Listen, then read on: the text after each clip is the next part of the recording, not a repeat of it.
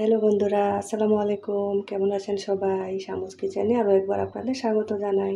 তো আজকে সবার প্রিয় একটা নুডলস রান্না নিয়ে চলে আসলাম। এরকম কালারফুল একটা নুডলস থাকলে খেতে কিন্তু খুবই ভালো লাগে। বড় থেকে ছোট সবাই কিন্তু খুবই পছন্দ করবে। আশা করছি আজকে নুডলস রান্নার রেসিপিটা আপনাদের ভালো লাগবে। তো নুডলস বানানোর জন্য এখানে আমি 2 প্যাকেট নুডলস নিয়েছি। নুডলসটাকে ভেঙে আমি এরকম গুঁড়ো করে নিয়েছি। আপনারা চাইলে কিন্তু যে কোনো নুডলস দিয়ে এই রান্নাটা করতে পারেন। এটা কিন্তু দারুণ হয়ে থাকে।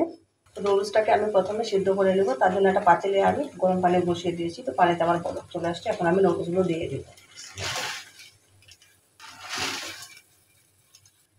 তো নুডলসটাকে আমি 2 থেকে 3 মিনিট ফুটিয়ে নেব, মানে সিদ্ধ করে নেব। তো বন্ধুরা, আমার কিন্তু নুডলসটা সিদ্ধ হয়ে গেছে। বেশি সিদ্ধ করলে কিন্তু ভালো লাগবে না খেতে। তো আমি এখন নুডলসটাকে ঝাড়া দিয়ে নেব একটা স্ট্রেনারে। তো বন্ধুরা, নুডলস রান্না করার জন্য আমি গ্যাসের উপরে একটা কড়াই বসিয়ে দিলাম। তো এখন আমি তেল দিয়ে দিয়েছি। এখানে আমি ছোটো সাইজের 2টা পেঁয়াজ এরকম মোটা মোটা করে কেটে নিয়েছি, দিয়ে দিলাম। তো এখানে আমি কিছু গাজর নিয়েছি, গাজরটাও আমি দিয়ে দেবো। পেঁয়াজটাকে আর গাজরটাকে সামান্য সফট করে ভেজে নেব। এখানে আমি কয়েকটা কাঁচামরিচ নিয়েছি, দিয়ে দেব।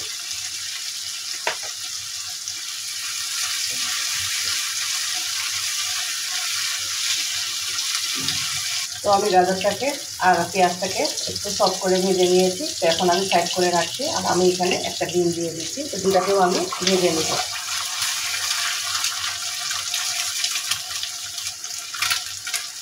তো আমি ডিমের মধ্যে 1 চিমটি পরিমাণে লবণ দিয়ে দিচ্ছি।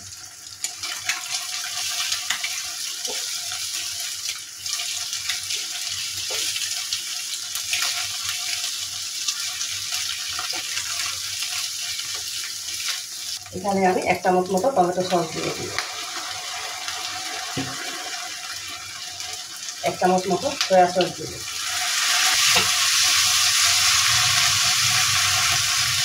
এখানে আমি কিছু ব্রকলি নিয়েছি, এটা দিয়ে দিই।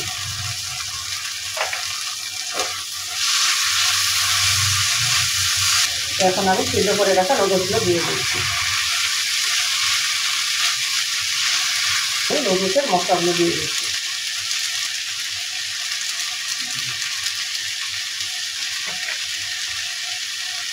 সামান্য পরিমাণে আমি লবণ দিয়ে দিচ্ছি। এখানে সামান্য পরিমাণে আমি টেস্টিং সল্ট দিয়েছি। আপনারা চাইলে এটাকে স্কিপ করতে পারেন। তো সব কিছু দিয়ে এখন আমি ভালোভাবে নেড়ে দিব। এভাবে একটু সবজি দিয়ে নুডলস রান্না করলে খেতে কিন্তু খুবই ভালো লাগে। আর এই নুডলসটা কিন্তু রান্না করতে বেশি সময় লাগে না, একদম ঝটপটভাবেই রান্না হয়ে যায়। কত সুন্দর একটা কালার আসছে নুডলসে। তো আমার কিন্তু নুডলস রান্না হয়ে গেছে। সবশেষে আমি ধনিয়া পাতা দিয়ে দিই। ধনিয়া পাতা দিয়ে আমি ভালোভাবে আরেকবার মিশিয়ে নেব। তো আমার নুডলস কিন্তু হয়ে গেছে রান্না। এবার কিন্তু খাওয়ার জন্য রেডি। তো বন্ধুরা, কত সহজে আর ঝটপটভাবে নুডলস রান্না করে নিলাম। এভাবেই নুডলস রান্না করলে খেতে কিন্তু খুবই সুস্বাদু হয়ে থাকে। তো আপনারা একবার হলেও এভাবে বানিয়ে খাবেন। আশা করছি আজকের রেসিপিটা আপনাদের ভালো লাগবে। যদি ভালো লেগে থাকে, লাইক, কমেন্ট, শেয়ার, সাবস্ক্রাইব করে আমার পাশে থাকবেন। সবাই ভালো থাকবেন। আসসালামু আলাইকুম।